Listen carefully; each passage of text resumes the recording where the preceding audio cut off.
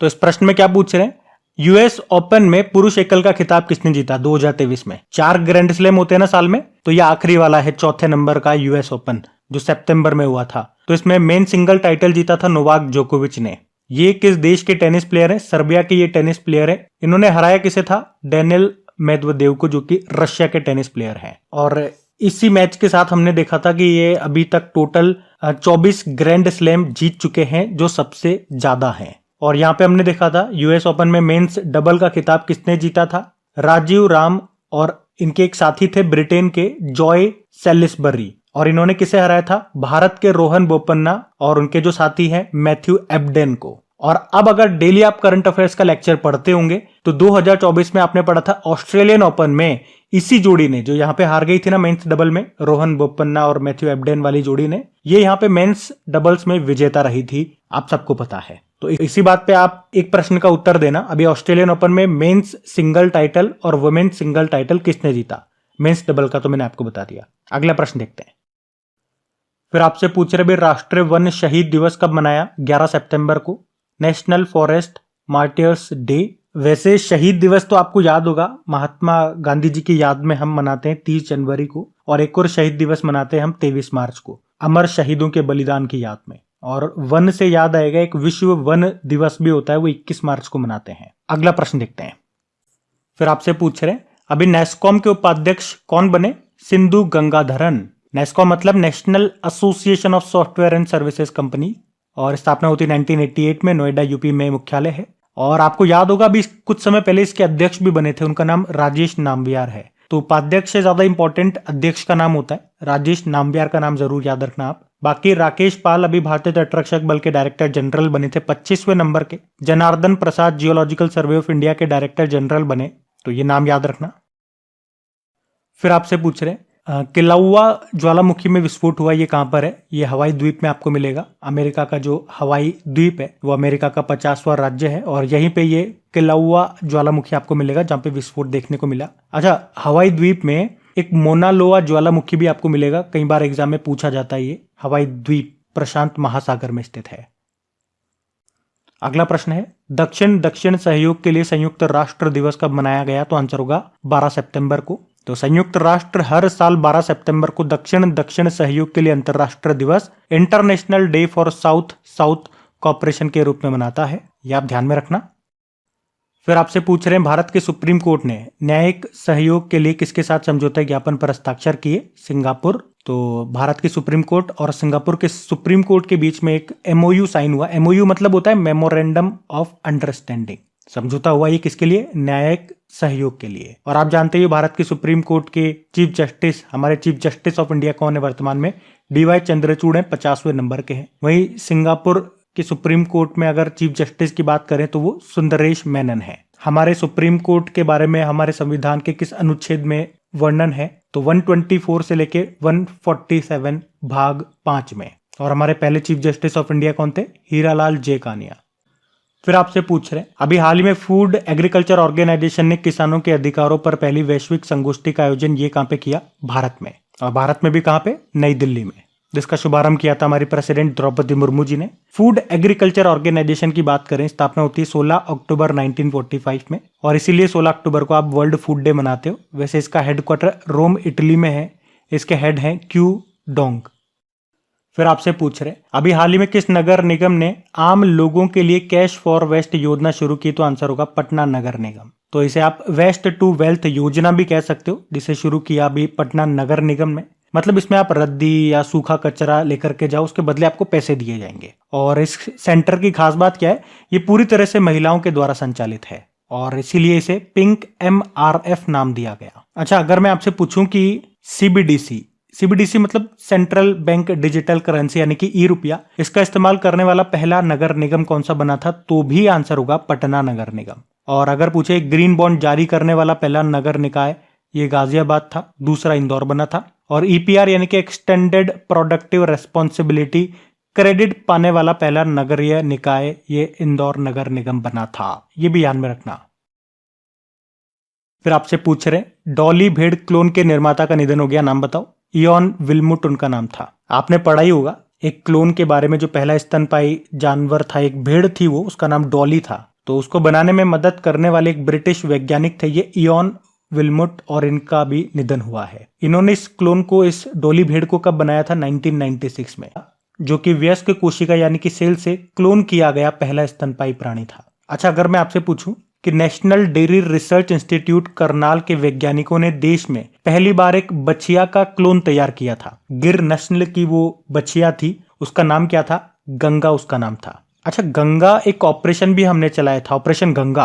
किस देश में चलाया था ये बताओ? किस देश से हमारे नागरिकों को निकालने के लिए चलाया था, ये आपको बताना है। ये होमवर्क प्रश्न हो गया आपका, है ना। और हाँ, अगर वीडियो पसंद आता है तो प्लीज वीडियो को लाइक जरूर करा करें। लाइक करना भूल जाते हैं आप लोग, वीडियो देख लेते हैं, आपको अच्छा भी लगता है, लेकिन प्लीज वीडियो बनाने में बहुत मेहनत लगती है। अभी आप देख भी रहे होंगे, बीच में एक आध दिन वीडियो नहीं आ पाया था, मेरे पास टाइम नहीं मिल पाता है। बहुत मुश्किल से टाइम निकाल करके लिए आपके लिए कंटेंट तैयार करता हूँ, और इसको उतना रेस्पॉन्स भी नहीं मिलता है, लेकिन फिर भी मैं आप लोगों के लिए ही इसे जैसे भी टाइम होता है मैं तैयार करता हूँ। कुछ एक्सट्रीम कंडीशन ही आ जाती है तो फिर नहीं हो पाता है। अभी जैसा कि आपको पता होगा, जो पुराने स्टूडेंट है, अपने घर में नन्हे कृष्णा जी आए हैं, लेकिन सीजन थोड़ा ऐसा चल रहा है तो घर पे सबको वायरल हो पड़ा है। घर में सभी सदस्यों के खांसी जुकाम हो गए, बुखार आ गया, एक के बुखार आया, सबके बुखार आ गया, मुझे भी आ गया, नन्हे कृष्णा जी के भी बुखार आ गया। अब छोटी सी उम्र में 2-3 महीने का बालक, खांसी भी हो रही है, जुकाम भी हो रही है, बुखार भी आ गया, और भी समस्या हो गई है।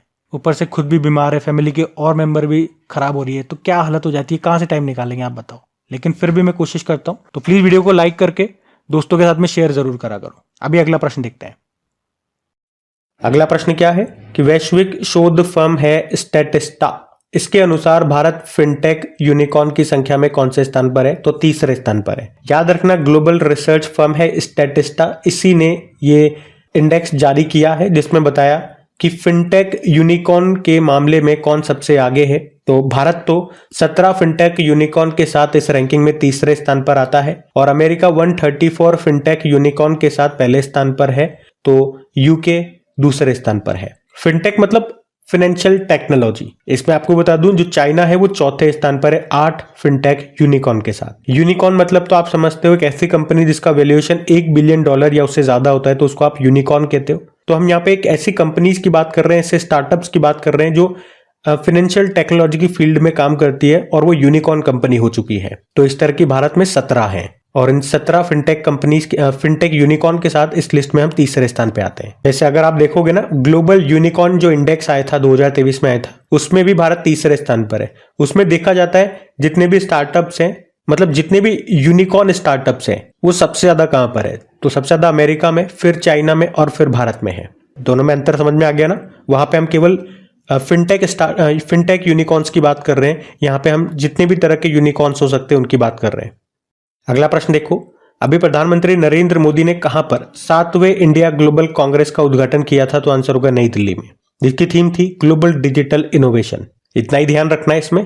अगला प्रश्न है अभी अंडर 23 महिला विश्व कुश्ती चैंपियनशिप में ऋतिका हुड्डा ने कौन सा पदक जीता? तो आंसर होगा गोल्ड जीता था। और बात करें ये अंडर 23 महिला विश्व कुश्ती चैंपियनशिप 2023 कहां पे हुई थी? अल्बानिया के तिराना में हुई थी, जिसमें भारत की ऋतिका हुड्डा ने 76 किलोग्राम वर्ग में गोल्ड मेडल जीता। और आप कह सकते हो कि ऋतिका हुड्डा ये अंडर 23 विश्व कुश्ती चैंपियनशिप में स्वर्ण पदक, गोल्ड मेडल जीतने वाली दूसरी भारतीय पहलवान है। तो अब आप पूछोगे कि पहले कौन है? तो पहले अमन सहरावत है।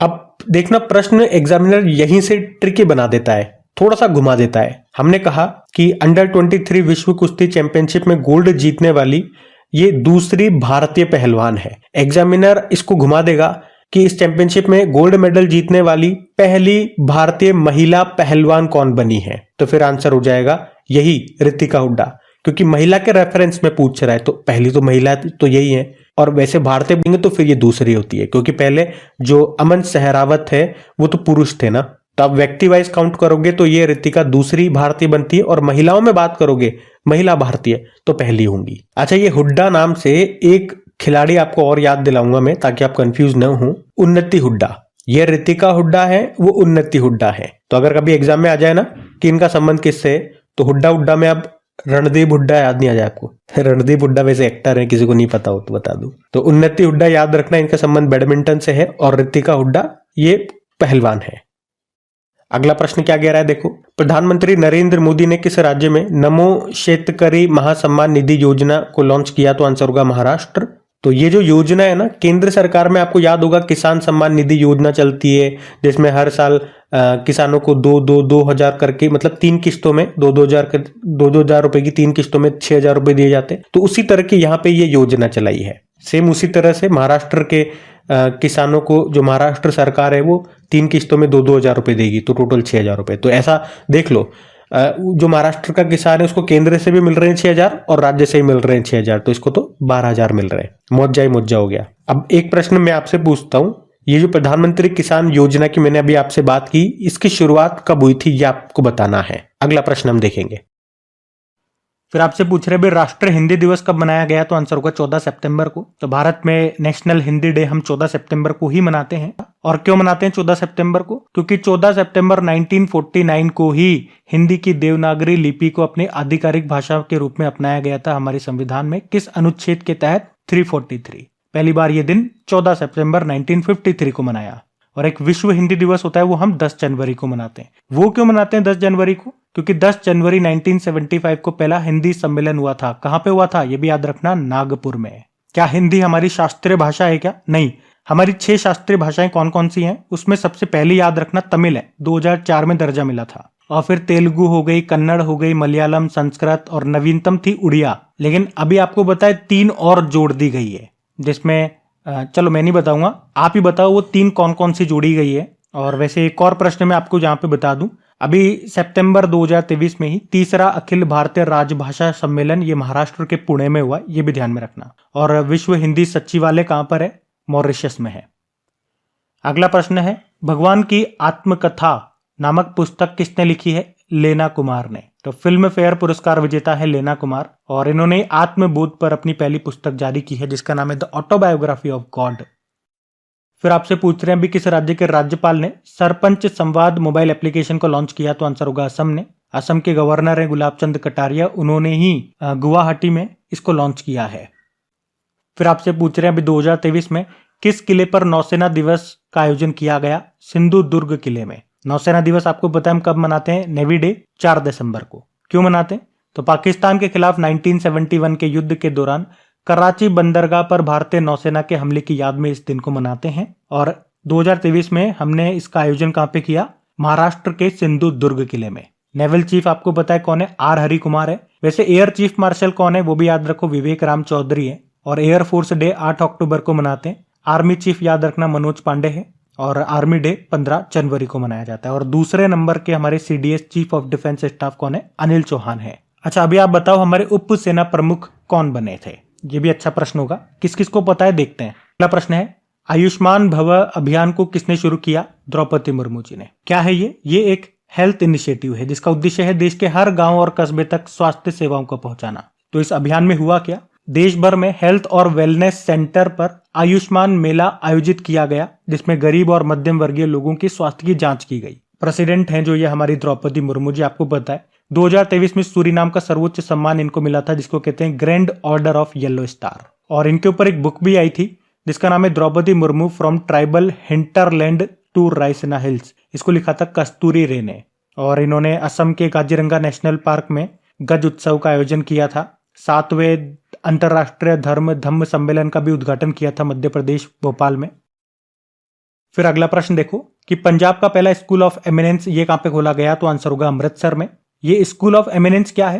देखो, सरकारी स्कूलों को और हाइब्रिड करना, उन्हें डिजिटलाइज करना या स्मार्ट स्कूल में कन्वर्ट करना ही स्कूल ऑफ एमिनेंस का उद्देश्य है। और ये इनको पता है, ये आम आदमी के हैं, मतलब आम आदमी पार्टी के हैं जो कि दिल्ली में है। तो दिल्ली में इस तरह की योजना चलती है और उसी को देखते हुए इन्होंने ये यहाँ पे शुरू किया है। सिंपल सा याद रखना है, स्कूल ऑफ एमिनेंस जो पहल है ये कहाँ पे शुरू हुई? पंजाब में। पंजाब में भी कहाँ पे? अमृतसर। मुख्यमंत्री यहाँ के भगवंत मान है, कैपिटल चंडीगढ़ है। अगला प्रश्न देखो, भारत ने किस देश से C-295 ट्रांसपोर्ट एयरक्राफ्ट खरीदे? तो स्पेन से। तो C-295 ये एक ट्रांसपोर्ट एयरक्राफ्ट है। और आपको याद होगा अभी रिपब्लिक डे पे जब चीफ गेस्ट आए थे, मतलब हमारे चीफ गेस्ट कौन थे? पहले तो ये बताओ। फ्रांस के जो प्रेसिडेंट है इमैनुअल मैक्रोन। तो उसके बाद हमने कई समझौते किए थे फ्रांस के साथ, भारत और फ्रांस के बीच में हुए थे। उसमें एक तो हमने देखा था UPI हमारे यूपीएस सिस्टम को लॉन्च करने वाला पहला यूरोपीय देश बना था फ्रांस। और उसके बाद हमने देखा कि टाटा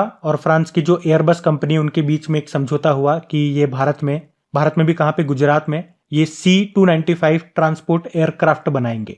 तो एक तो हमने किससे है, स्पेन से है। अब उसी को देख देख करके हम यहाँ पे निर्माण करेंगे उसका। तो वैसे टोटल कितने हमें चाहिए, 56 चाहिए, जिसमें से 16 तो हमने स्पेन से ले लिए, बाकी 40 हम लोग बनाएंगे वडोदरा में। कौन कौन बनाएंगे ये भी मैंने आपको बता दिया। स्पेन की कैपिटल मैड्रिड होती है, करेंसी यूरो है, प्रधानमंत्री है पेड्रो संचेज। तो गाइज ये थी आज की आपकी करंट अफेयर्स की रिवीजन वाली क्लास। काफी अच्छे प्रश्नों का आज हमने रिवीजन किया सितंबर महीने से। बाकी अगर आप में से कोई वीडियो को फर्स्ट टाइम देख रहे हैं तो अभी दिसंबर, नवंबर, अक्टूबर हम कर चुके हैं, उनकी प्लेलिस्ट मैंने बना दी है। वीडियो सेक्शन में जाकर भी आप आराम से देख सकते हो। बस वीडियो को लाइक करके शेयर जरूर करना, ताकि मुझे भी थोड़ा सा मोटिवेशन मिले, मुझे भी थोड़ा सा अच्छा लगे इन वीडियोस को बनाने में, इन पे मेहनत करने में। Thank you.